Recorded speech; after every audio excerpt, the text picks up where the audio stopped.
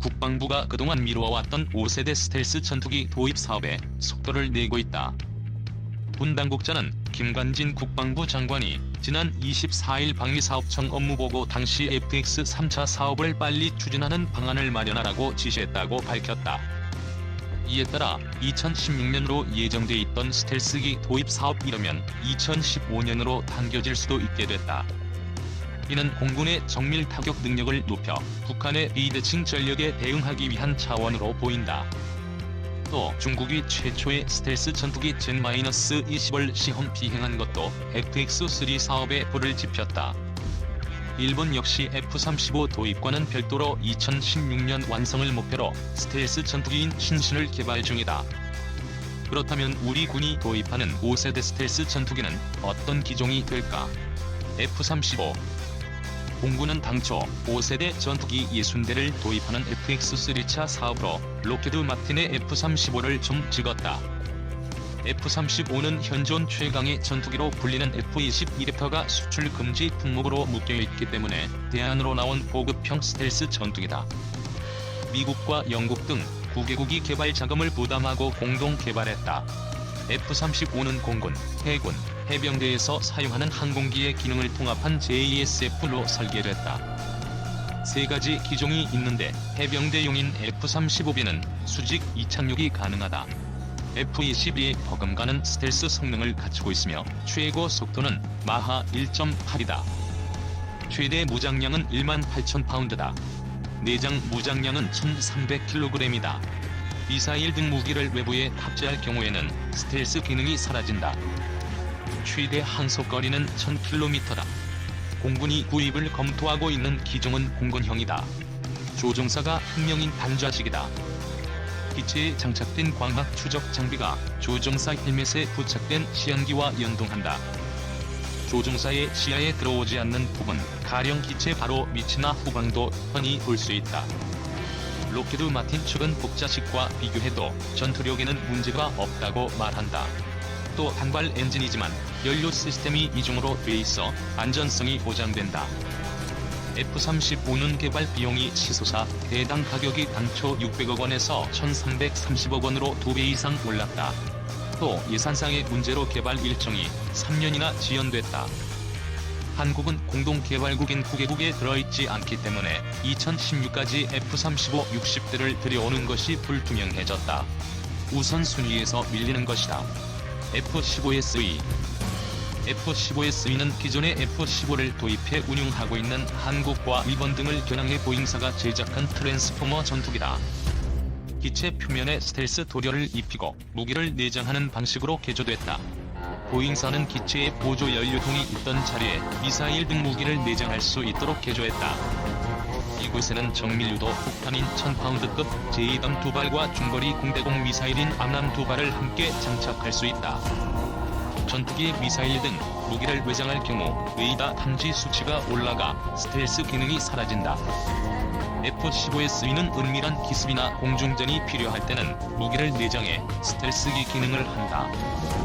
그렇지 않은 경우에는 무기를 외장해 F-15의 최대 장점인 막강한 화력을 살릴 수 있다. F-15 무장량은 29,500파운드로 F-35의 1.6배다. 복자식이며 쌍발 엔진으로 안전성도 뛰어나다. 대당 가격도 F-35에 비해 약 200억 원이 싸다. 우리 공군의 경우 기존의 F-15K와 함께 운용할 수 있기 때문에 유지 비용도 절감할 수 있다. 그러나 전문가들은 F-15SE는 스텔스기로 설계되지 않았기 때문에 RCS 수치가 상대적으로 높을 수밖에 없다고 말한다. 또 F-22나 F-35와 달리 열추적 미사일을 피할 수 있는 배기가스 냉각 시스템도 불안전하다고 지적한다. F-22 랩터 F-22는 자타가 공인하는 최강의 5세대 전투기다. 스텔스 기술 유출을 막기 위해 해외 수출이 금지돼 있다. 일본이 강력하게 구입을 희망했지만 미 의회를 이를 승인하지 않았다. 그런데 F-22의 해외 판매 금지 법안은 2015년이면 소멸된다. 수출 금지 법안이 다시 상정되지 않는다면 한국도 구입할 수 있다. 레이더에 나타난 F-22는 새보다 작다. RCS 수치를 낮추기 위해 무기는 내장한다. 무장량도 커 AIM-9X 단거리 공대공 미사일 2발, AIM-120 중거리 공대공 미사일 6기 또는 1000파운드 합동직격탄 순항 미사일을 장착할 수 있다. 그러나 대당 평균 4천억 원으로 우리가 부담하기에는 너무 비싸다. 만약 미국이 수출에 나설 경우 가격이 더 치솟을 가능성도 있다. 러시아 백파 소위 T-50 핵파는 러시아가 미국의 F-22랩터와 F-35의 대항마로 개발한 5세대 스텔스 전투기다.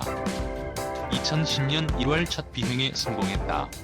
F-22와 비슷한 모양과 크기를 갖고 있지만 엔진 성능이 뛰어나 항속거리가 무려 5,500km에 이른다. 소위 사를 방문한 푸틴 총리는 T-50의 가격이 랩터의 3분의 1 수준이라고 말해 차기 전투기 도입 사업을 벌이는 한국과 일본 등 아시아 국가들의 큰 관심을 모으고 있다. 그러나 아직 개발 중이기 때문에 성능이 입증되지 않았다.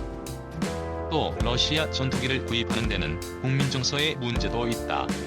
군사 동맹을 맺고 있는 미국이 반발할 가능성이 크다. 한국형 스텔스기 자체 개발 보람의 사업으로 불리는 KF-X는 F4, F5 대체용으로 120대 전투기를 독자 개발하는 것이다.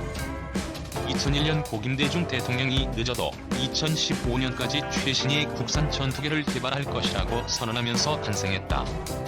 국방과학연구소 연구 개발 과제로 제기된 사업이지만 2007년 한국개발연구원의 사업 타당성 조사 결과 타당성이 없는 것으로 결론나 잠정 중단됐다. 비용이 많이 들 뿐 아니라 성능도 F-22나 F-35보다 못 미치지 못할 것이라는 판단 때문이다.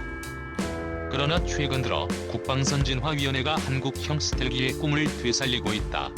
위원회는 한국형 전투기 개발을 청와대에 보고하고 국방부에도 전달했다. 현재 청와대와 국방부는 이 방안을 진지하게 검토하고 있는 것으로 알려졌다. 2. 한국형 전투기, 차기 전투기 사업 이달부터 본격화.